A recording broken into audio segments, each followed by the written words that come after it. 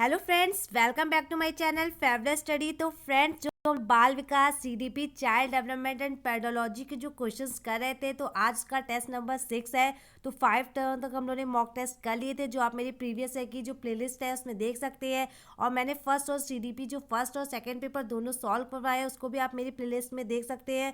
तो बहुत important question है, मैंने उन्हीं क्वेश्चंस का कलेक्शन लिया जो प्रीवियस एग्जाम में बार बार पूछे जाते हैं और बहुत इंपॉर्टेंट होने वाले, जिसका मैंने 15 क्वेश्चंस कल अटैम्प्ट किए थे।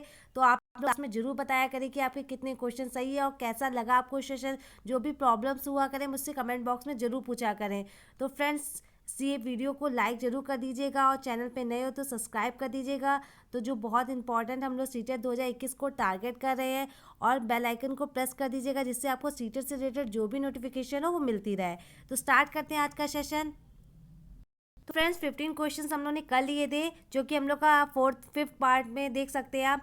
आज हम लोग क्वेश्चन नंबर 16 देखते हैं। तो क्वेश्चन नंबर 16 बोल रहा है, वाइगोस्की के सिद्धांत के निम्नलिखित में से कौन से पहलू की उपेक्षा होती है। तो जो वाइगोस्की का सिद्धांत था उसमें कौन से पहलू है जिसकी उपेक्षा की गई। सांस्कृतिक, मतलब सांस्कृतिक की उपेक्षा की गई वाइगोस्की के हिसाब से। बी ऑप्शन है जैविक, मतलब जैविक की गई, या भाषाई, या सामाजिक। तो क्या इसका राइट आंसर हो जाएगा, जिसमें आपको बता दूं, जो वाइगोस्की जिन्होंने सामाजिक अधिगम के सिद्धांत पे बल दिया था, जिन्होंने कहा था कि जो बच्चा होता है वो क्या अपने समाज से ज़्यादा सीखता है, परस्पर क्रिया करके सीखता है। तो उसने किसकी उपेक्षा की, ये आपको बताना है वाइगोस्की के अनुसार। तो क्या इसका राइट आंसर हो जाएगा, किसकी उपेक्षा की। आंसर कीजिए फटाफट से। तो वाइगोस्की ने जो उपेक्षा की वो की है जैविक की। तो जो इसका राइट आंसर हो जाएगा बी ऑप्शन। क्या हो जाएगा, बी ऑप्शन बिल्कुल सही है।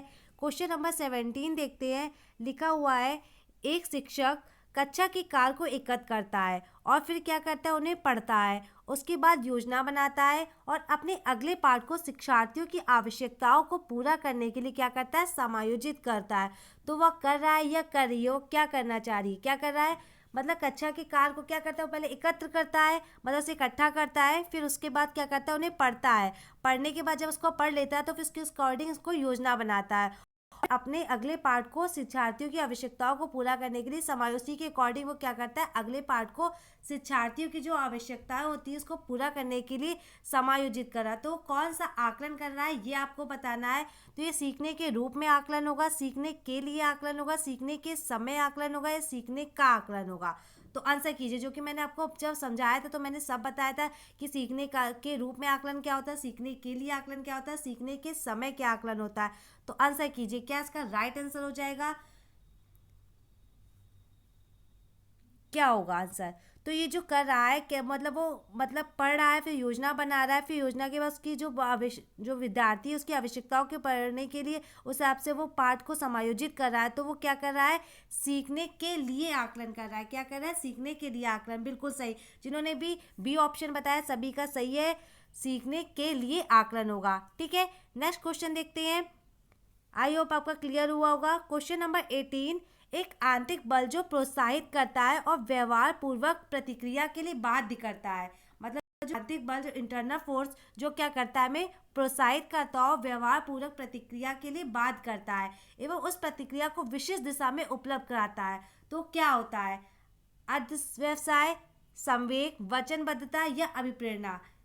ए ऑप्शन होगा, बी होगा, सी होगा, डी होगा। तो गाइस क्या आंसर होगा, आंसर कीजिए फटाफट से, क्या राइट आंसर होगा।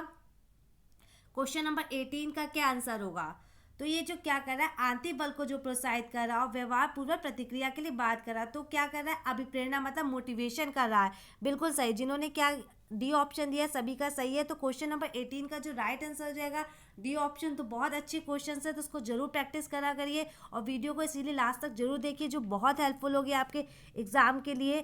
क्वेश्चन नंबर 19 है, प्रभावपूर्ता व्याख्या मौलिकता और लचीलापन के लिए के साथ संबंधित तत्व है। जो प्रभाव, मतलब एक फ्लो में जब व्याख्या करना, मौलिकता और लचीलापन जो के साथ संबंधित तत्व बताना, क्या है, गुण होगा, या अपसारी चिंतन, मतलब ओपन एंडेड, या फिर तुरण, या प्रतिभा। क्या होगा, आंसर कीजिए। क्वेश्चन नंबर 19 का क्या होगा, प्रभावपूर्णता, व्याख्या, मौलिकता और लचीलापन के साथ संबंधित तत्व है। तो क्या हो जाएगा इसका राइट आंसर? तो जो इसका साथ तत्व होगा वो क्या कहलाएगा? प्रतिभा। बिल्कुल डी ऑप्शन बिल्कुल सही हो जाएगा। तो आंसर नंबर 9, क्वेश्चन नंबर 19 का जो हो जाएगा डी ऑप्शन होगा। ये डीएसएसबी में क्वेश्चन पूछा गया था, तो बहुत अच्छा क्वेश्चन था, ध्यान रखिएगा। अगला क्वेश्चन देखते हैं, क्वेश्चन नंबर 20। तो क्वेश्चन बोला है, गणित में अधिगम नियोक्ता का आकलन निम्न में से किस परीक्षण द्वारा सर्वाधिक उचित तरीके से किया जा सकता है? गणित से अधिगम नियोक्ता का आकलन, तो क्वेश्चन में आ गया सीडीपी में, तो कोई बात नहीं, आप इसको सॉल्व करिए। गणित से अधिगम नियोक्ता का आकलन निम्न में से किस परीक्षण द्वारा सर्वाधिक उचित तरीके से किया जाता है?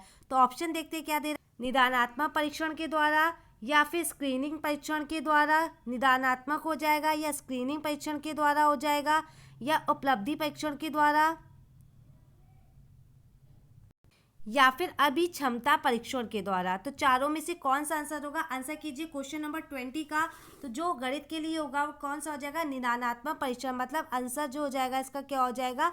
ए ऑप्शन बिल्कुल सही हो जाएगा, निदानात्मक परीक्षण। क्वेश्चन नंबर 21 है, शब्दों अक्षरों के क्रम को पढ़ने में कठिनाई का अनुभव करना और अक्सर चाक्षुष स्मृति, मतलब जो सेंसरी मोटर का हाथ से संबंधित है। Dyscalculia, dysgraphia, डिस्पेक्सिया, dyslexia. शब्दों में अक्षरों के क्रम को पढ़ने में कठिनाई का अनुभव करना, ये क्या कहलाता है? आंसर कीजिए क्या होगा? Dyscalculia, dysgraphia, डिस्पेक्सिया, dyslexia. Question number 21 क्या आंसर होगा? तो क्या होगा? Dyscalculia, dysgraphia, डिस्पेक्सिया, dyslexia.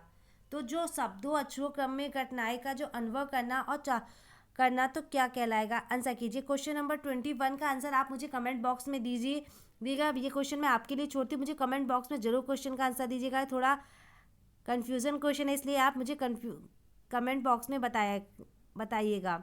अगला क्वेश्चन देखते हैं, क्वेश्चन नंबर 22 लिखा हुआ है, रिया कक्षा में पिकनिक तय करने हेतु ऋषभ से सहमत नहीं है। वह सोचती है कि बहुमत के अनुकूल बनाने के लिए नियमों का संशोधन किया जाता है। वह सहपाठी विरोध पियाजी के अनुसार निम्नलिखित में से किससे संबंधित है? संज्ञात्मक अपरिपक्वता, प्रतिक्रिया, संयोग की नैतिकता या विषमांग नैतिकता। तो क्वेश्चन नंबर 22 का जो क्या हो जाएगा आंसर? क्या लिखा हुआ है? रिया जो है कक्षा में पिकनिक तय करने हेतु ऋषभ से सहमत नहीं है, और वो क्या सोच रही है कि बहुमत के अनुकूल बनाने के लिए नियमों का संशोधन किया जा सकता है। यह सहपाठी विरोध पियाजे के अनुसार किससे संबंधित है? तो ये किससे हो जाएगी? विषमांग नैतिकता से। तो जो इसका राइट आंसर हो जाएगा क्वेश्चन नंबर डी हो जाएगा, आंसर नंबर डी हो जाएगा। तो डी ऑप्शन बिल्कुल सही है क्वेश्चन नंबर 22 का। नेक्स्ट क्वेश्चन देखते हैं, क्वेश्चन नंबर 23 जो अल्बर्ट बंडूरा के अकॉर्डिंग है कि सामाजिक अधिगम का सिद्धांत पूछा जाए तो अल्बर्ट बंडूरा ने, और अगर पूछा जाए सामाजिक संज्ञानात्मक जो होगा वो किसने दिया है? तो वो वाइगॉस्की ने दिया है। याद रखिएगा कि अनुसार निम्न में से कौन सा सही है?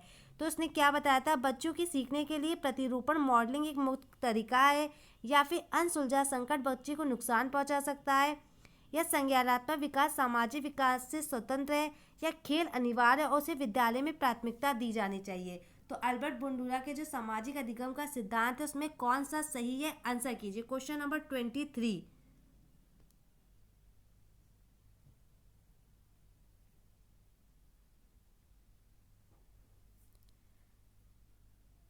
जो कि इन्होंने बताया था कि जो संज्ञानात्मक विकास है वो क्या है? सामाजिक विकास से स्वतंत्र है, जो कि अल्बर्ट बंडूरा ने बताया था, जो कि इन्होंने सामाजिक विकास के सिद्धांत पे फोर्स किया था। तो इन्होंने क्या बताया? जो संज्ञानात्मक विकास है वो सामाजिक विकास से क्या है? स्वतंत्र है। ये किसने बताया था? जो कि अल्बर्ट बंडूरा के सामाजिक अधिगम सिद्धांत के हिसाब से सही है।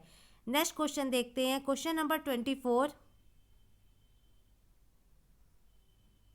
लिखा हुआ ग्रेड अंकों से कैसे अलग है? जो ग्रेड है वो अंकों से कैसे अलग है? यह प्रश्न में से किस प्रकार के प्रश्नों को संबंध रखता है? तो विश्लेषणात्मक या मुक्त अंक, या समस्या समाधान, या अपसारी। तो आंसर कीजिए क्वेश्चन नंबर 24 क्या हो जाएगा? तो ये क्या हो जाएगा? विश्लेषणात्मक हो जाएगा। किससे संबंध रखता है? किस प्रकार? विश्लेषणात्मक। तो ए ऑप्शन बिल्कुल सही हो जाएगा। नेक्स्ट क्वेश्चन देखते हैं, क्वेश्चन नंबर 25 वे शिक्षक जो विद्यालय आधारित आकलन के अंतर्गत कार्य करते हैं।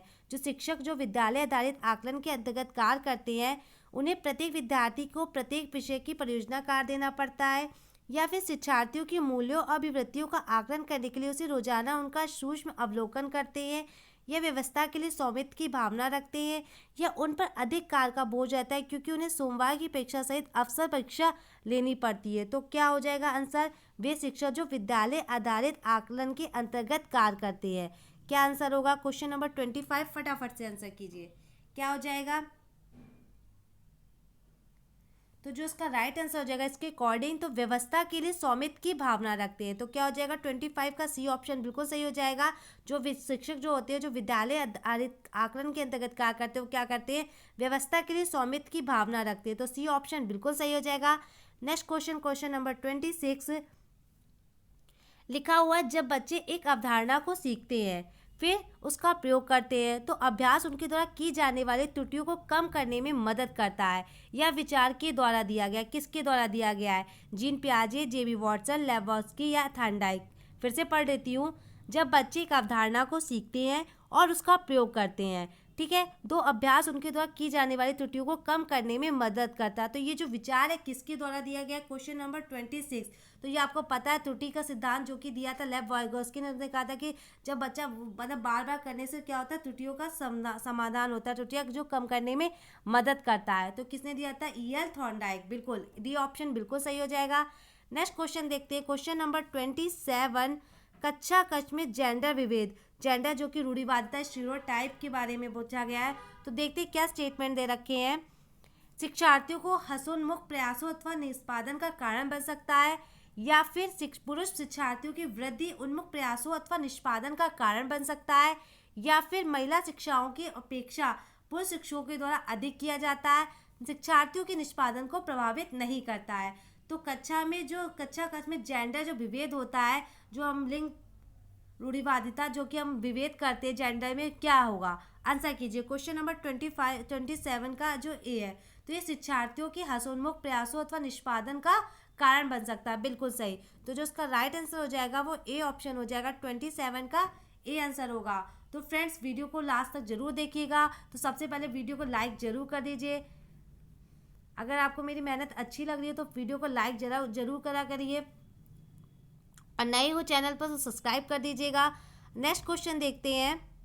28 दे रखा है, निम्नलिखित में से कौन सा कारक अधिगम को सकारात्मक प्रकार से प्रभावित करता है? तो कौन सा जो पॉजिटिव रूप से इसको प्रभावित करता है? सहपाठियों में प्रतियोगिता, अर्थपूर्ण संबंध, माता पिता की ओर से दबाव, अनुत्तीर्ण हो जाने का भय। आंसर कीजिए। 28 का क्या आंसर हो जाएगा?